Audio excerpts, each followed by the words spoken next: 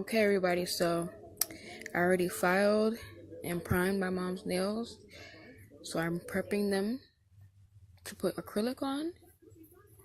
This is the other hand. And I'm not going to use tips, I'm going to use forms. So I'll be back and I'll show you what they look like after. Okay, guys, so after I prepped and primed her nails, I applied the acrylic on her natural nails. So this is her natural nail with just acrylic. Natural nail with just acrylic.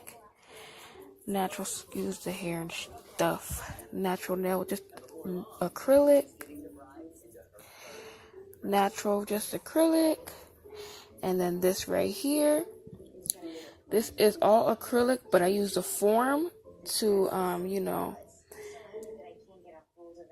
enhance her natural nail, make it longer.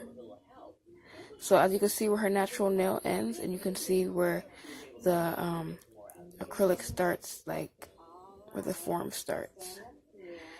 But I just did that to give her thumb a little bit more height, just like just like these ones have.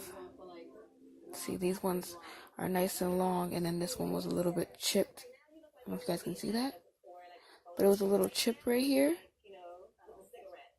So yeah, that's why I used the form for that one. And then the other hand, natural nail, just acrylic. And then this is a form,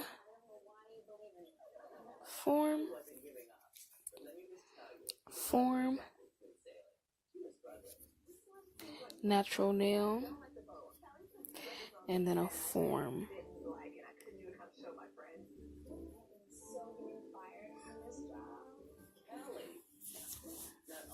There you have it. Now all her nails are even, and that's why I use forms for this hand mostly.